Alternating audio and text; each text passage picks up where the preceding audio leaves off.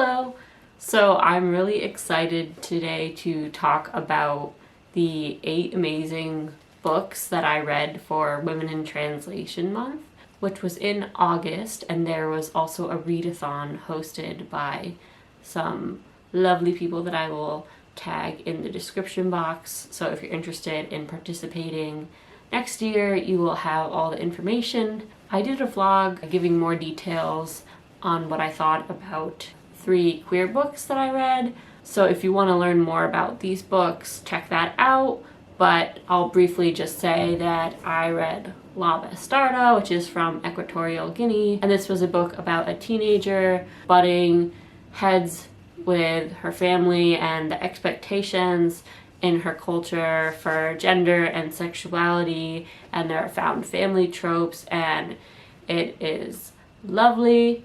I also read The Adventures of China Iron, and that one was a more complex read. The main character abandons her family and is going through the Argentinian landscape and kind of discovering who she is really through a relationship with another woman, and they encounter a lot of machismo and racism along the way.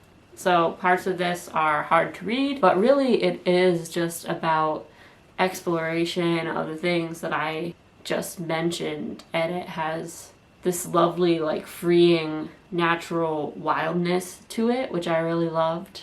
And then I read Amora, which is a bunch of short stories, and this is from Brazil, all about women loving women. So it goes from, teenagers discovering sexuality to older people that have been in a relationship for years and have all their routines and the loss of love and all different kinds of themes. I enjoyed it, and I would recommend all of these actually, but if you're looking at Adventures of China Iron, definitely look at trigger warnings for that. So the next book is definitely one of my favorites of the month. Although really, like, thinking about what I wanted to say about all these books, like, most of them are bangers. But Elena Knows is another book from Argentina. But the main character has Parkinson's disease and is investigating the death of her daughter, which has been ruled as suicide. But from small details, she knows about her daughter's life. She knows this can't be true. And so it follows her going on a journey to try to explain what has happened to her daughter, but it is a detailed look at what it's like to travel and do basic daily things with Parkinson's. So this book is thinking a lot about bodies and who has the right to say what we do with our bodies. There's also a lot of discussion of religion and motherhood throughout this book. I already know that I want to read this book, and I definitely think you should check it out. Next book is from Thailand and is called The Blind Earthworm in the Labyrinth. I was interested in reading this because of the beautiful cover and the description of it as a soap opera, and it certainly was very dramatic and also melodramatic. But I guess when I picked it up, I wasn't expecting it to be that dark. I haven't really watched soap operas, so I guess I was going from assumptions there in, like, the kind of tone I thought the book would have. But it follows these sisters and another guy that they grow up with and their different paths through life, and how the trauma of choices their parents made follows them and their quest for love. And it does really feel like you're following them through a labyrinth, like rooting for them, wishing for them to find happiness. But a lot of the characters have really tragic experiences in their lives. This book is just so beautifully written at the same time. I wanted to listen to the music that's in the back of the book because music is a huge theme in this book. Anything from classical music to one of the characters is in a band, but the characters would also play records through huge moments in their lives, and I thought it would have been a really great experience to listen to the music that's listed, at the same time as reading this, but I guess like when I was reading this, I wasn't really in places where I could listen to music, and that just ended up falling through. But I think it would be another added element to reading this book.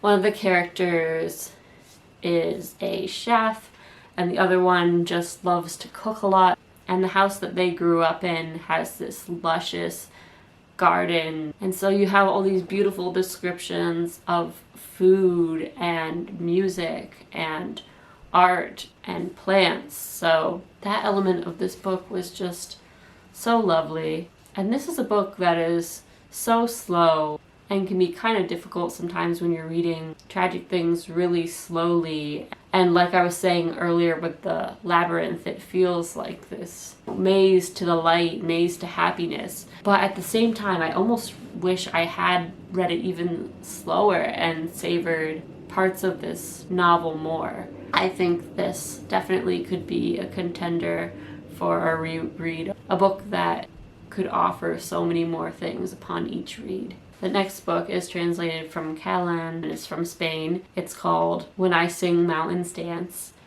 And from just the first chapter of this book, like, I was instantly captivated. This book knocked all the air out of me. It started from the perspective of a thunderstorm that kills a man.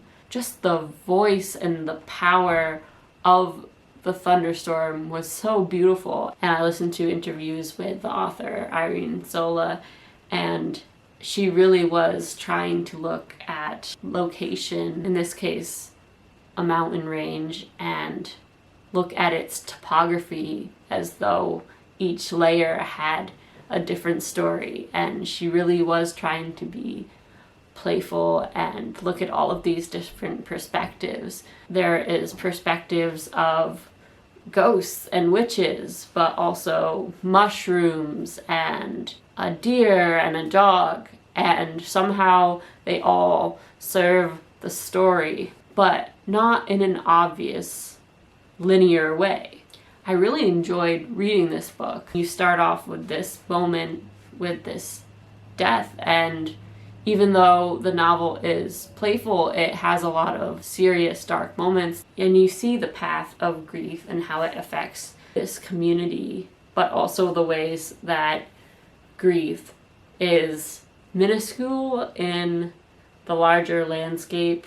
And also, nothing in this book is obvious. The perspectives of non-humans aren't cliche in any way. And I really want to read more by this author. So if you've read anything else by Irene Sola, I would love to hear your thoughts. I feel as though I read like 4 books in a row that were so fantastic that it was almost overwhelming, because all of these books were equally fantastic and intermingled in my mind. And sometimes when I read a really good book, I like to just wait and let the experience stay with me. But the next book that I had to pick up in every scenario was just as gripping.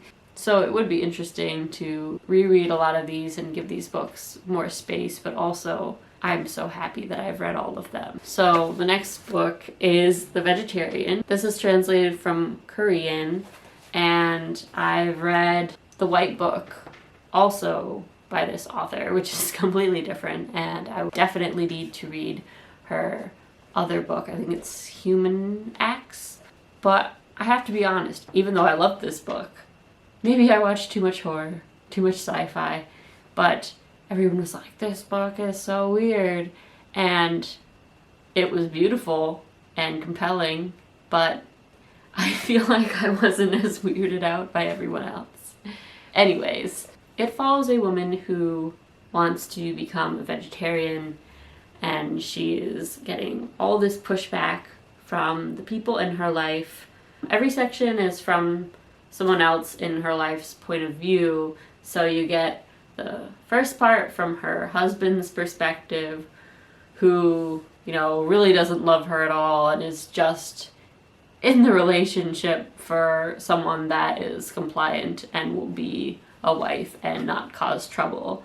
And then you have her brother-in-law, who is an artist and fantasizes about her. And in this moment when she's going through all of these changes, use her as an idea, as art, instead of an actual person going through everything that she's going through. And then the third perspective is her sister as her condition worsens. So really it's playing with ideas of when is bodily autonomy valued more than these other people's thoughts about the main character. I find it interesting that it's playing with the idea of, yes, somebody being violent and fetishizing another person could be clear examples of a time when bodily autonomy would come beyond those things. But in the case of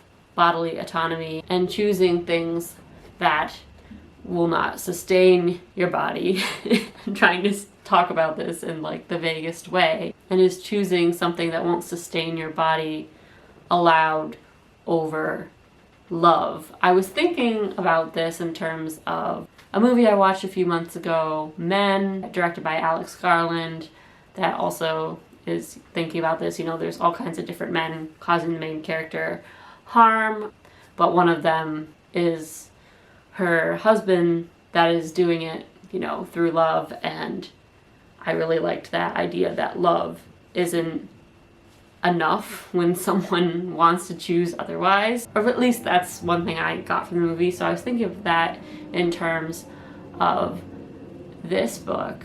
And although, you know, the character is unwell, it just brings up really interesting conversations of autonomy and the main character's rejection of human brutality in every way. These characters never stop to actually even consider her perspective and her way of wanting to be in the world, from physical assault and degradation to emotional attacks. The character will choose freedom from these kind of things at all costs. And I kind of liked that.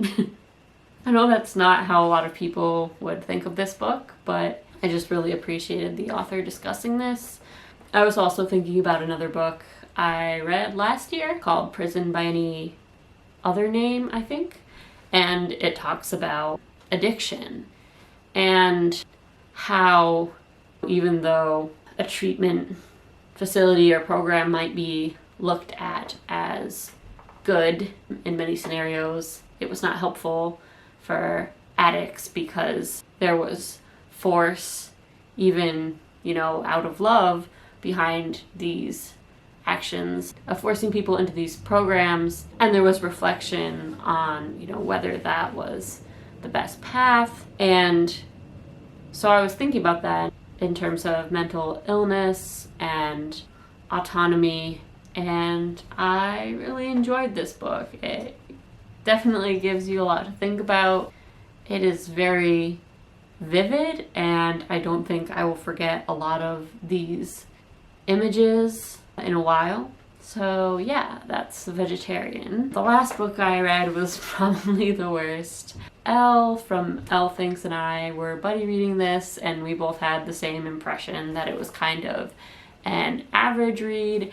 And after reading all of these amazing books, I think it kind of stuck out as maybe even a less than average read.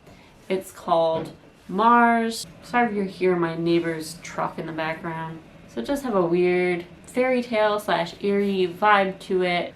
A lot of the stories have like a Twilight Zone feel to it, I would say, where it's like, ooh, something is off, or one thing is not right, and how will it resolve? And then at the end, you know, some big reveal is dropped. There's a lot of themes about writing and authors in here.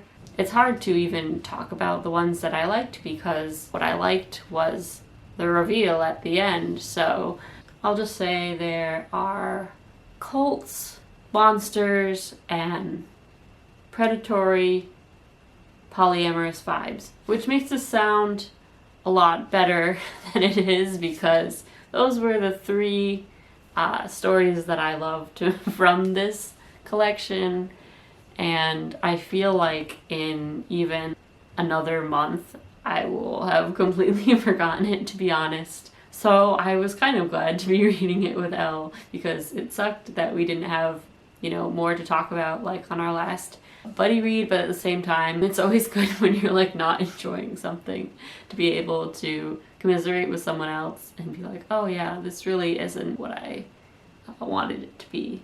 Yeah, that was probably the worst book I read this month, but I read so many good books that I can't be bothered.